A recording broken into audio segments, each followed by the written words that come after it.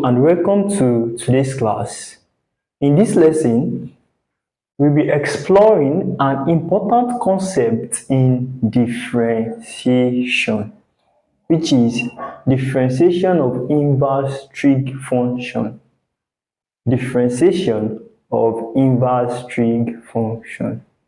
Okay, the first task here is what it means when we see this subtopic in differentiation. What does it mean? It means we're differentiating inverse trig function. Firstly, what are the trig functions? What we know is that in trigonometry,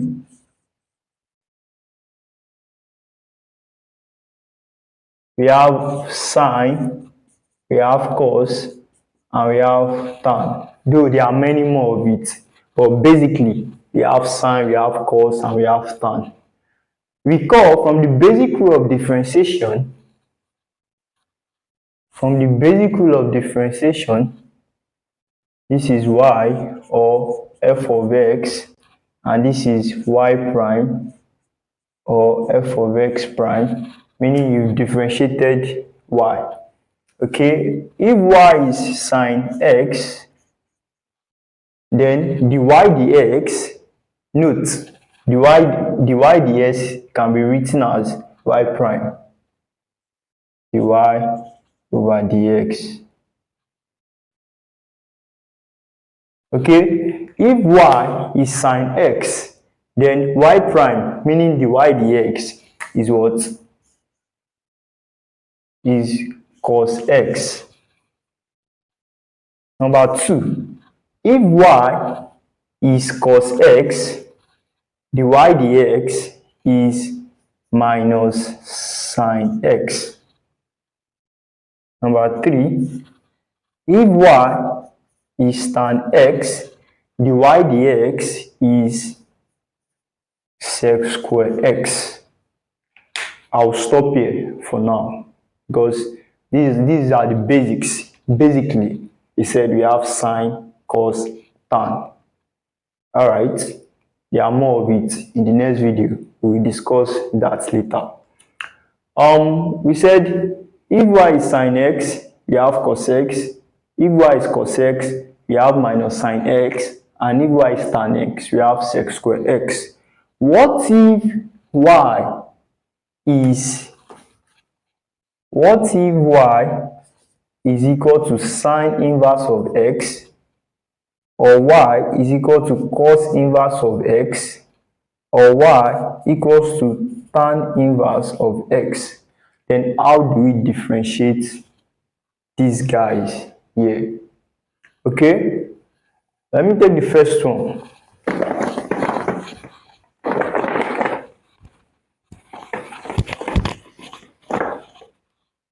He said if y is equal to sine inverse of x, if y is equal to sine inverse of x, we have to look for the y prime, or you say dy over dx. Solution. From here, recall from indices, fractional index law. When you have a raised to the power of minus 1, it's still the same thing as what? 1 over a. Similarly, y equals to sine inverse of x implies y equals to sine inverse times what? X. Where sine inverse, we follow the fractional index law, that is 1 over sine times x. From here, you have y equals to x over sine, cross multiply. From here, you have that x is equal to what? Sine y. What you just did here, or what you've done here, it means the initial question given, which is y equals to sine inverse of x, you express it in terms of, you make x the source of the formula, meaning expressing x in terms of y. And from here, what you can differentiate from here is what? Dy over what? Dx. Sorry. What you can differentiate from here is what? Dx over dy. Now let's get this done. The x over dy is equals to cos y. Call this equation 1. Mind you, my interest initially was what? Dy dx, and not what? Dx over dy. So from equation 1,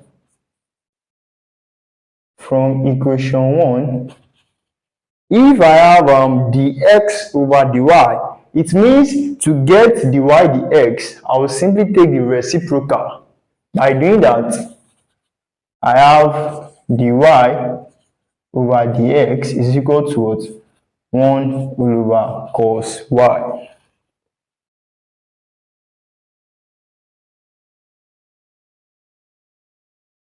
One over cos y. Call that equation 2. Now from here, you've gotten dy dx, but you can solve for y. You can solve for cos y. Now your cos y can be solved in 2 ways, and I'm pretty sure that you love one more than the other. Okay, the first one here, you can solve your cos y using sine square y plus cos square y equals to 1. From here, make cos square y the source of the formula. We have, okay, let's say using the trig identity, you have sine square y plus cos square y equals to 1. Then from here, you have cos square y equals to 1 minus what? Sine square y. If cos square y is equals to this, so therefore cos y, take square root both sides. You have square root of 1 minus sine square y, right? From here, initially you said from here, let me call this one equation 4. From equation 4, x is equal to what? Sine y.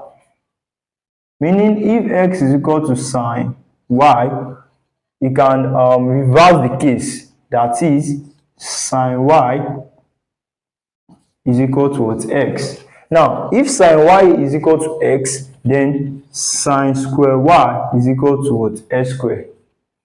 Meaning from this expression, which we have cos y to be square root of 1 minus sine square y, it means in terms of x now, cos y is equal to what? Square root of 1 minus x squared. Alright, from here,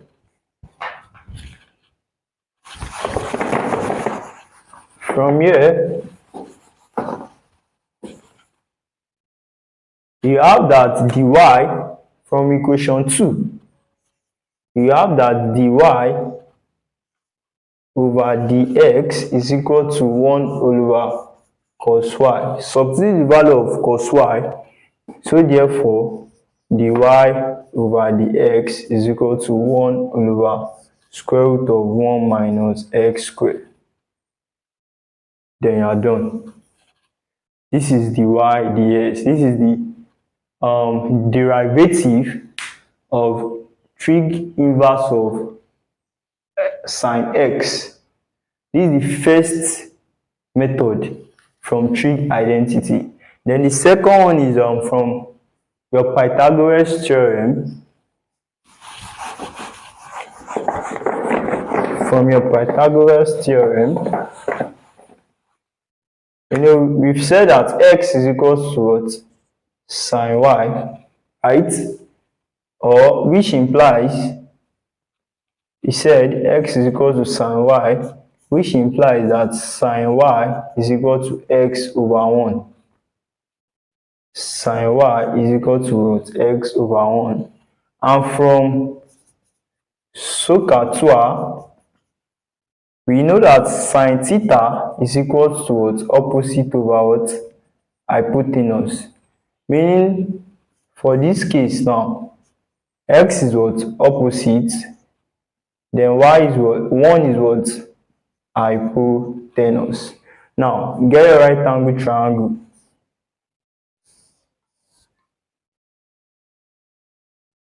He said that the angle in this case is what? Y. Then x is what? Opposite. You have your x here. X is here. Your 1 is hypotenuse. You have it here.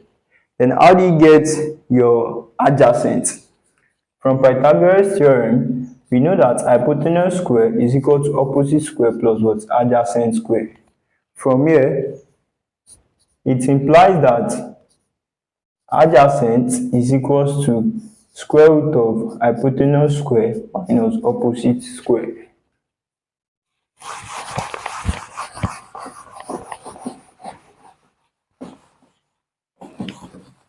Then from here, you know the value of your hypotenuse to be x and opposite to be 1, meaning that adjacent is equals to square root of x square, right?